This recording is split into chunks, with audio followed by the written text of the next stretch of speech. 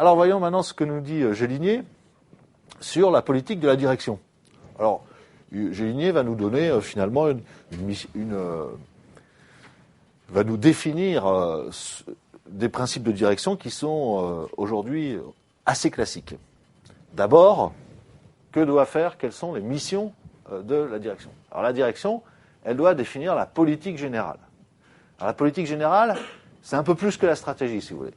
Ou la stratégie, c'est à l'intérieur de la politique générale. Il y a d'autres choses à côté. Alors, politique générale, c'est-à-dire donner les buts de l'organisation, fixer les buts de l'organisation, et surtout, parfois, infléchir les buts de l'organisation. Traduire ces buts en objectifs.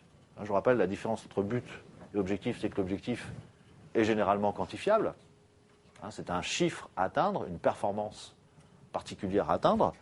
Et puis, les éléments qui vont avec, c'est-à-dire pour atteindre des objectifs, il faut des moyens, c'est-à-dire la définition des budgets. Alors donc là, on voit que ça va au-delà de la stratégie, puisque, évidemment, les buts, les objectifs et les moyens, c'est la stratégie, mais les budgets, par exemple, c'est autre chose. On est dans une autre logique, déjà de mise en œuvre de la stratégie, et ces missions ne sont pas obligatoirement confiées à la direction.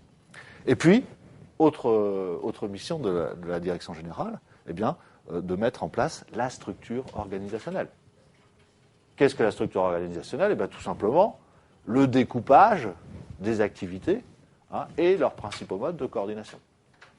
Donc, on est finalement dans une théorie très classique de la direction. On en verra d'autres à l'occasion de mes différentes interventions, mais vous verrez qu'elles sont parfois un peu originales, mais elles reprennent toutes ce cœur des missions de la direction. Donc, on peut vraiment dire que Géligné nous apporte une théorie très classique de la direction. Alors, en parlant de mise en place des structures, tâches confiées à la direction générale d'une entreprise, eh bien, il y a quand même un conseil de la part de Géligné qui est un praticien de l'entreprise. Géligné, c'est un ingénieur qui va être consultant, donc c'est un homme de terrain. C'est très important de savoir d'où viennent les théories. De la même manière, Sloan est un ingénieur. Donc ce sont des praticiens de l'entreprise. Donc leurs théories sont très pragmatiques. Elles sont basées sur l'expérience des situations rencontrées.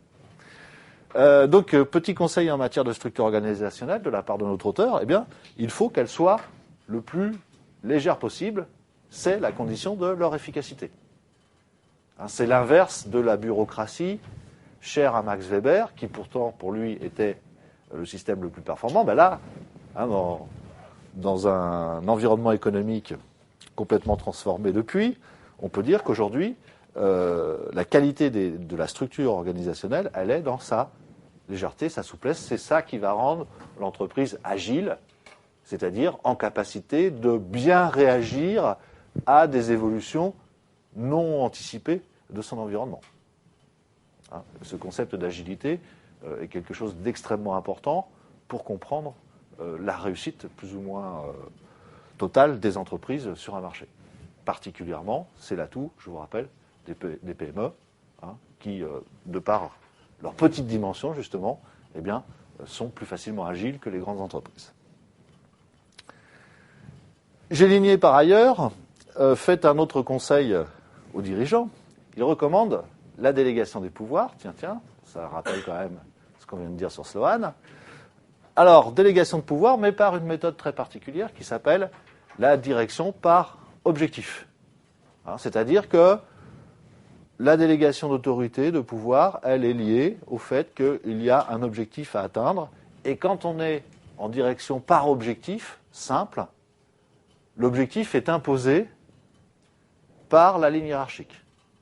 Donc on impose l'objectif et ensuite on laisse le choix des moyens à la personne à qui on a délégué le pouvoir. La personne, le service, la fonction, le groupe.